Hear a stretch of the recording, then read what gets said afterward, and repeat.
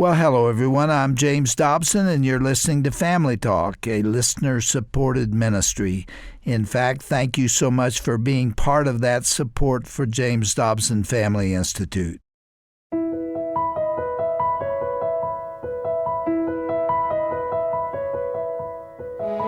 Hello, everyone, and welcome to Family Talk, a listener-supported division of the Dr. James Dobson Family Institute. I'm Roger Marsh. Did you know that May is Mental Health Awareness Month?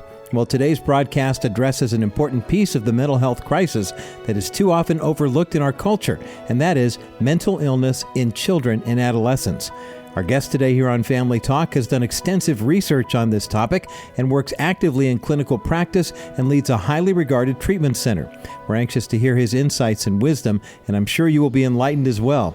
Dr. Matthew Stanford is CEO of the Hope and Healing Center and Institute in Houston, Texas. He's also an adjunct professor of psychiatry at the Baylor College of Medicine and Houston Methodist Hospital Institute for Academic Medicine. Dr. Stanford earned his doctorate in behavioral neuroscience at Baylor University. Matt's research has been featured in the New York Times, USA Today, Christianity Today, and U.S. News and World Report. He is a respected author and a member of the American Association of Christian Counselors. Today, Dr. Tim Clinton and Dr. Matthew Stanford will be discussing Matt's latest book called Grace for the Children, Finding Hope in the Midst of Child and Adolescent Mental Illness. Dr. Tim Clinton, of course, is our co-host here at Family Talk. He's also the president of the American Association of Christian Counselors. We hope that you and someone you know will benefit from today's important conversation. Dr. Stanford, you quote from Psalm 139, verse 23, which says, "Search me, O God, know my heart, test me, know my anxious thoughts, and lead me in the way everlasting." You write, God not only knows child's thoughts, but also their heart. While he celebrates a child's joys, he also feels their pain and frustration. That's so well put. Dr. Stanford, Matt, thank you for joining us. Thanks for having me. Matt, as we get started, I think this is one of the most important subjects I think we'll do all year, and that is mental health, the church, and our kids. Matt, prior to the pandemic and everything we've been through, we had a mental health crisis in our country. I think most mental health experts would agree we don't have a crisis now. We have a mental health disaster. Matt, what are you seeing in terms of mental health in our country and the church? No, absolutely. I mean, prior to the pandemic, we already had a mess. And just about a month ago, a study came out, a national survey of parents of teens that was done by the University of Michigan Medical School found that 50% of parents of teens reported that their teen now has either a worsening or new mental health care problem as a result of the pandemic. And so the numbers that we're seeing are just really, they're almost unbelievable. We're seeing increases in substance abuse, increases in depression and anxiety, particularly, again, in teen girls are being affected the most. Academic failure. I mean, it's more than just your child doesn't like to do this on Zoom or online. We hear a lot of that right now, that the children aren't doing well because of that. But the reality is a lot of that is related to the fact these children are isolated. They have no social connection anymore. And they're going into depression or anxiety issues, and nobody's really picking up on it. And the mental health fallout from this pandemic is going to be years in the future. And you mentioned the church, and you and I both agree that really the church has not only a significant role to play in this, but really may be the answer to the mental health crisis that we're dealing with. Yeah. Matt, I guess in some ways we'd love to think our kids are immune to the dark world that we live in and the insanity and everything else that's going on around us, but they're not. Matt, stress in our kids. Archibald Hart, whom we both love, a pioneer in the Christian counseling world, a psychologist who wrote a lot on stress in our kids, said he believed that we're seeing now children as young as 5 years of age developing ulcers and more. What's happening to us, Matt, and our kids, really? There's a lot of factors that are feeding this. Oh, absolutely. And really, anxiety is the foundation of a lot, if not the majority, of the mental health issues that we're seeing in children. I mean, they've been tracking anxiety and usually they use older adolescents in high school or freshmen in college as kind of a marker. And they've been tracking that since the 30s. And what you find today is that your kind of older adolescent or freshman in college has the level of anxiety of what you would see in inmates in the 40s and 50s. And so these children are at really almost clinically meaningful levels of anxiety on a daily basis. And where that comes from is they are just absolutely overwhelmed with information. They're absolutely overwhelmed with daily decisions they have to make in relationship to their image and their connections and things with social media. But at the same time, they are being taught less and less how to deal with stress and how to be resilient in those situations. Our children, because of the society we live in, really almost it doesn't matter what economic level you're at, they have things at their fingertips no matter what they want. It's instantaneous gratification. They don't deal well with stress. They're not resilient. And part of that is also the fact that our adults aren't resilient. Our adults are falling apart at stress. We don't know how to interact. We don't know how to conversation. Social media has pulled children apart from everyone even more. So you have the semblance of intimacy and connection, but you don't actually have the opportunity to vent and discuss and reason things through. And so when our children are presented with stress, they fall apart. And he's absolutely right when we're seeing 5-year-old children that are struggling with significant anxiety issues because they don't have models to show them how to deal with it, and they're being exposed to problems that 5-year-olds in the past would never have been exposed to before. Yeah. Matt, if you're a parent and you have what some people would call an extra effort child or a special needs child, you realize that your family is probably a little more different than maybe those around you, certainly maybe those in church around you. And you've got some added responsibility, maybe added burden. And I use that word carefully in a way that I hope people understand is packed full of love. There's just, though, a lot of extra going into taking care of my family and parenting our family. And a lot of those families begin to realize that the people in the world around them don't really understand what it's like in their home. Let's talk about some of the more common issues that you see in those type of families. I know in your book, Grace for the Children, Finding Hope in the Midst of Child and Adolescent Mental Illness, you talk about categories: impulsivity, autism, and we'll talk about the spectrum. You talk about disruptive behavior disorders, depression, anxiety disorders, eating disorders, and more. Matt, what are some of the most common disorders that you see? And what are some of the statistics so we can get a measure on this? Well, in children and adolescents, you're looking at 1 out of every 5 children and adolescents going to struggle with a mental health problem in a given year. That's a lot of families. That's an enormous number of families. And that really probably more disturbing statistic is that a majority of those children and adolescents with mental health problems will never receive any treatment. In the U.S. today, the majority of people, adults or children, don't receive treatment, and that's pretty disturbing. I think, one of the things people have to understand is that half of all chronic mental health conditions are in place by 14 years old. That's worth repeating because people need to hear this.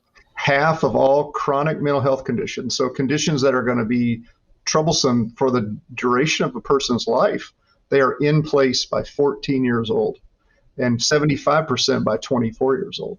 And in the U.S. today, the average period of time that goes by between the onset of symptoms and first treatment for the people who are lucky enough to get treatment is 11 years. It almost sounds like you're just making up numbers.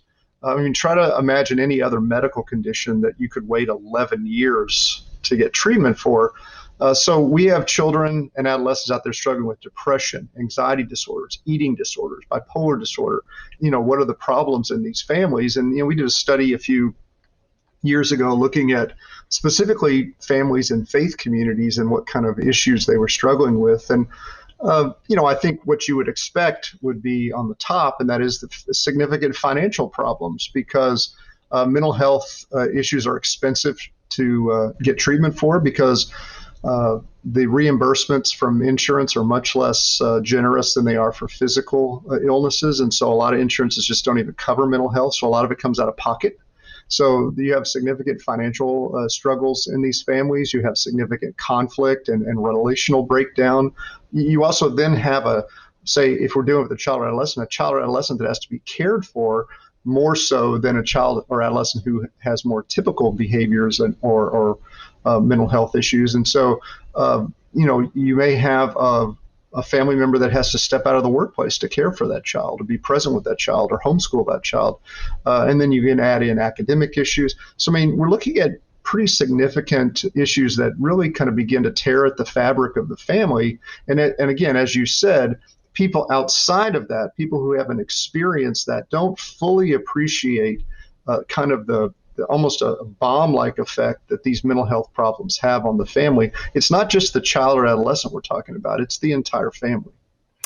These families go through a lot of emotion, Matt, inside the home because of all this effort and responsibility. And at the same time, they perceive they're being looked down upon, or you understand what I'm saying. Here comes that family with that child. Right. Well, I would have to say that they're right. They are being looked down upon and they're being judged. And it's unfortunate. And I see it every day. The people at the church don't know their backstory. They don't know necessarily what their child is struggling with, or what they've gone through, or what treatments they've done or not done. And they just assume it's some type of behavior problem. If they just parented him better, they spanked him more, or whatever the cliche of the day is, things would be better. And, if I'm being perfectly honest, churches are not receptive. Churches are not prepared for things that go outside of a very rigid structure on Sunday morning. We have this service we have to get through and this hierarchy of things we have to do, and nothing is going to affect that. And so a child shows up and that child is, not displaying typical behaviors, and we have a problem with that. We put the problem back on the parents, and so what I find is that families, they usually start out with something like they try to go to church, and then the child acts out, or the child is not received well, and then one parent will go and one parent will stay home, and they'll do that for a while, which is exhausting in its own right, and then they can't even worship together as a family, and then ultimately they drift away from the church altogether, because most churches, unfortunately, they have very little to offer a family that has a child that has any type of disability or a mental health problem. Now, physical disabilities and even autism, which is a neurodevelopmental issue, churches are much more open and receptive to today. But what we have when we think of mental health problems, we think of more of like a hidden disability. They're not quite as receptive. And usually no thought is given to that until the family shows up. And that's far too late. I have a story, just like you probably have a million, of a family that showed up at a church and literally was met at the door with their child that was already kind of displaying some behavioral issues. And they literally told the family, "We don't have anything for you here. You should go to a different church." That was the first time they ever went there. So, Jesus loves you. We have to be prepared to reach out to those that are most distressed, that are most broken, not just those that follow our kind of pattern of behavior. Matt, my dad served for nearly 60 years as a pastor in central Pennsylvania. We love the church. I know you love the church. We have a real burden to see mental health addressed within the church. And so this conversation isn't a beat down on the church. Not at all. This is a conversation that says, hey, let's open our doors and let's go in a new direction here. You're listening to Family Talk, a division of the James Dobson Family Institute. I'm Dr. Tim Clinton, your host. And our special guest today is Dr. Matthew Stanford. He is the author of the book, Grace for the Children, Finding Hope in the Midst of Child and Adolescent Mental Illness, and a fascinating conversation.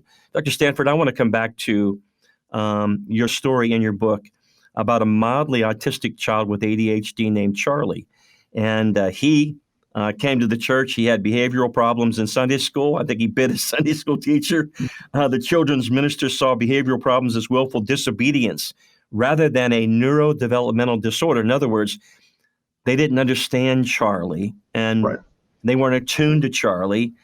Here we have a boy and a family who are trying to bring their child to church. They've got some issues, some challenges. How do we embrace them in our church community?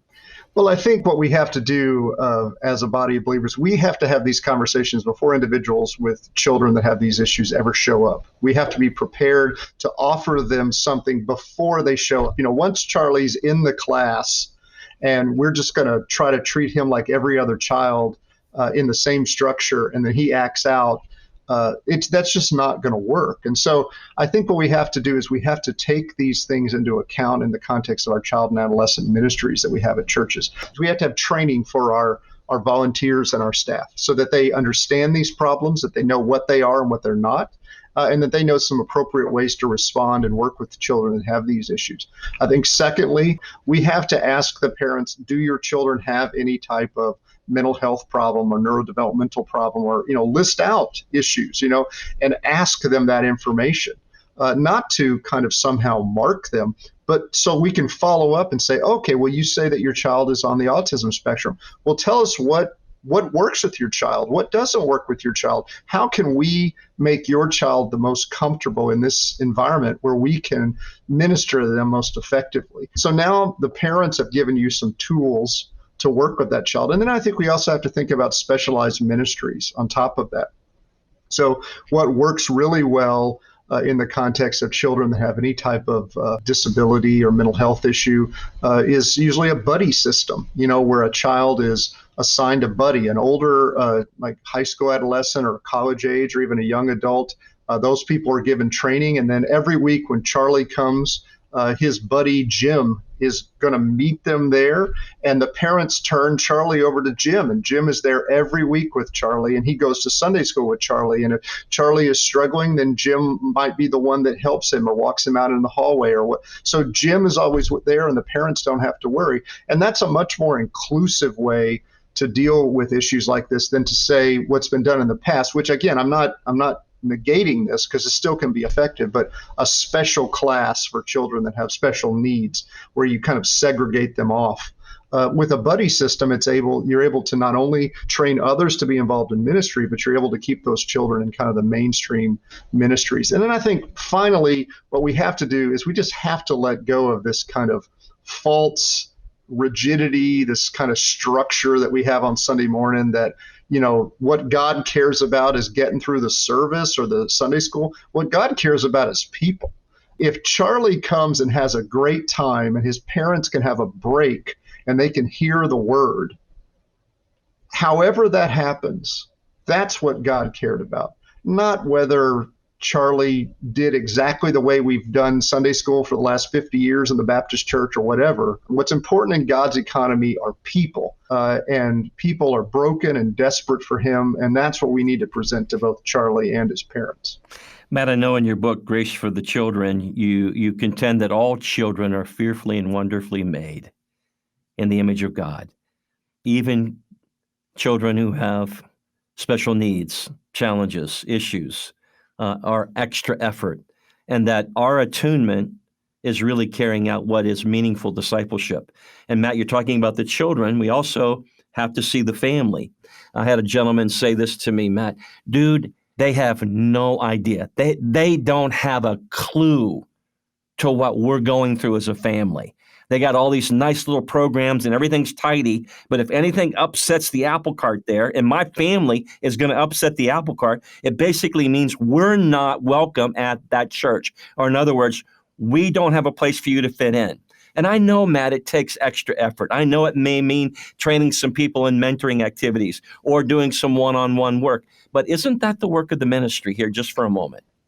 Absolutely. I mean, I'll tell you right now, if you're working at a church, and this Sunday, you run your church and everything just goes off without a hitch, it's time to expand your ministry.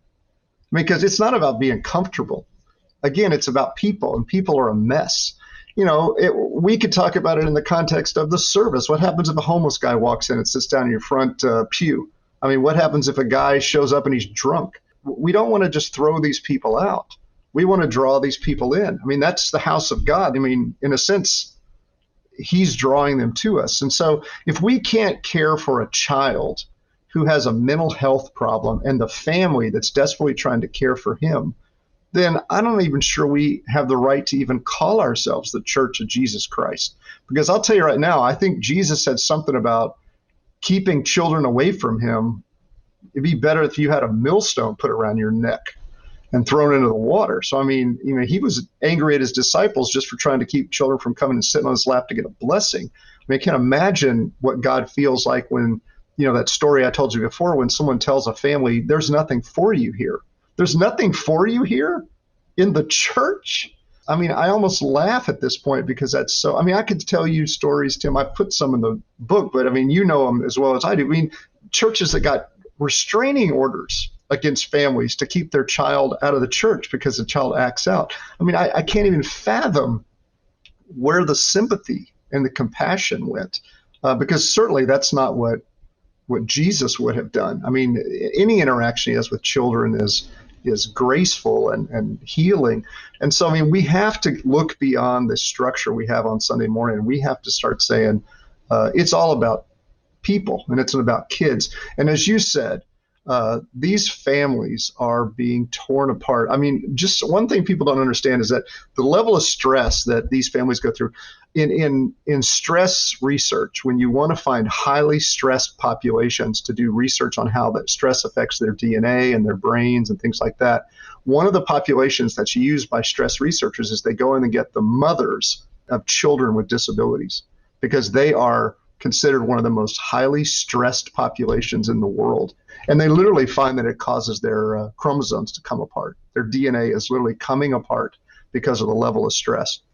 So, I mean, we're not just talking about a normal level of stress here. You had a bad day at work. We're talking a level of stress that literally is destroying your body. I can only imagine what kind of response we would get up on social media if we opened it up and said, hey, tell us about your experiences if you have a child who is struggling with an issue, and the local church. Matt, you wrote in the book that 30 to 40% of those type of families have had a negative experience with their church and or pastor. And I know, again, not a beat down, just a recognition piece here that says, hey, here's something we need to address, because it's the ministry. It's what we do. We reach out. You bet. We are the hands and feet of Christ, especially to these type of situations. Matt, let's close this way. I know we're out of time for today's program, and we're going to have a lot of fun tomorrow. But the church, you say, tends to be, when they don't know what to do, more disciplinary than accommodating. And they're often driven more by fear and ignorance than they are grace and wisdom. Close us in a positive way about how we can move in that direction. Yeah, absolutely. I think if we just, remember our foundation of our faith. I mean, it's faith, it's grace, it's love, it's forgiveness. Let's not worry about why a child is acting the way they are. Let's set up a structure in which we love them and show them grace. And let's work with the parent to understand them better. Because, again, the gospel, the good news of Jesus is transformative to children and adolescents and adults across the board, and whether they have a mental health problem or not. And so we have an opportunity to really support this family in a very kind of tangible way, giving them a respite, and also loving their child in a way that many people in the world simply will not. They'll push them aside. And so we need to be the place where they can go and really experience that unconditional love that God has given to each of us. And if we do that, we've worked as a transforming agent in their life, and we really have, as you said, been the hands and feet of Jesus. You and I share a common dream, and that is we want to see mental health ministries developed in and through the local church. People who are trained to understand, in other words, to recognize and maybe respond in an immediate way, kind of as a first line of defense, a first responder, and then to understand what it means to help these families, these individuals, these kids get the treatment that they need and more. Matt, I know you graciously agreed to join us again tomorrow. I want to talk about that and some specific issues. To those who are listening, thanks for being a part of today's broadcast. Listen, call up your friends. If you know someone, a family that's struggling with mental health issues in their kids, and people who love the Lord and they want to see them grow in their faith, they don't want to miss tomorrow's broadcast. Dr. Matt Stanford, thank you for joining us. Thanks for having me.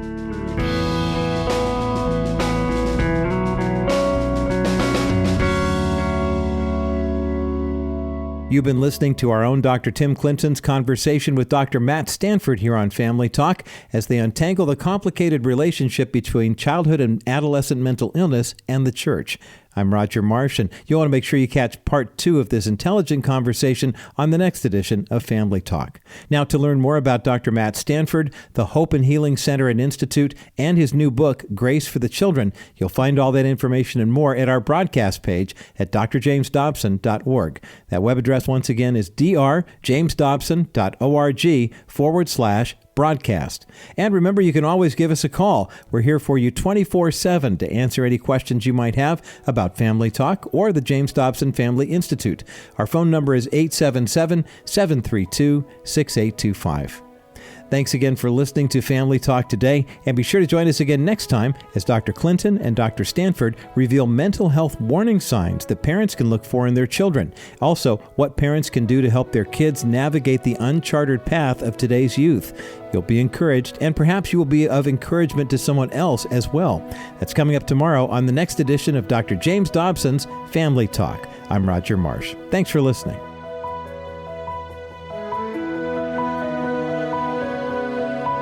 This has been a presentation of the Dr. James Dobson Family Institute.